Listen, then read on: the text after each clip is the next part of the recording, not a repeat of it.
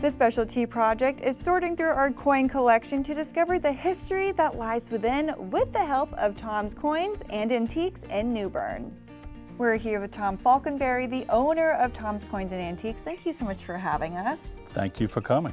So Tom, what got you interested in coin collecting as you have such an expansive amount of amazing coins here?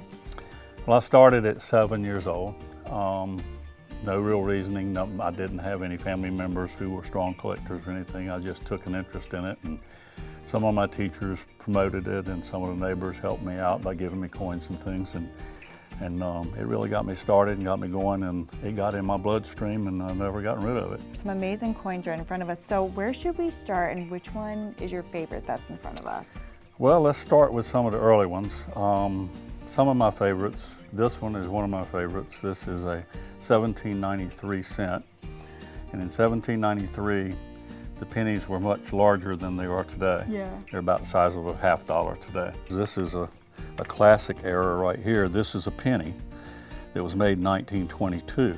This was the early part of the Depression. And all of the pennies that year were made in Denver, which would have had a D right under the date.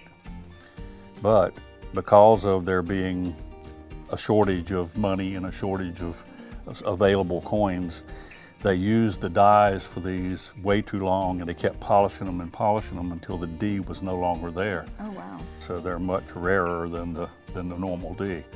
This coin in today's market would sell for about probably $600–700. This is an off-center cent, just to show you the kind of mistakes the mint makes. And these are available in circulation. They're rarer in circulation, but you do occasionally find one. Some of the earlier stuff, like this coin, is a Roman coin, and this actually features Medusa. That one is from 47 BC. That's one of the older coins we have. We just recently, within the last 4 or 5 years, got into the ancient field, so that's a little new to me too. This note was actually made for the Bank of Commerce in New Bern in 1859. And they did $5 and $10 notes that I'm aware of. There may have been some others, but we've had the 5s and 10s here. There's a lot of ways you can display it. There's a lot of ways you can handle them. Anytime you're holding a raw coin or one that's not in a holder, it's best to hold it by the edges. Okay. Because your fingers have oils on them, and if it's an uncirculated coin, later you'll see a big fingerprint develop in the middle of it. So it's best not to touch them on the face. When you come into a rare coin or a coin that you think that might be special, what's the best way to care for it and clean it?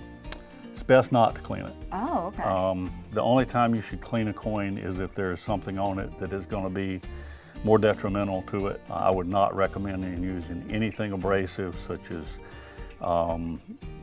Ajax or toothpaste or anything of that nature. Is going to damage them. It's going to scratch them. What advice do you have to people who want to start coin collecting but not sure where to start? It's a matter of choice. I mean, probably a good place to start is in something that's affordable, like the state quarters or the national park quarters, which are still available in circulation. Also, a lot of people go to pennies or nickels, which are non-silver coins, so there's still a lot of them around in circulation. Tom, thank you so much for having us. I learned so much today. Well, thank you for coming. It was fun, and I hope you did learn some information you didn't have before. Thank you so much. And y'all, make sure to come back to Hello E&C every week for a new specialty project to see what makes E&C a destination to be.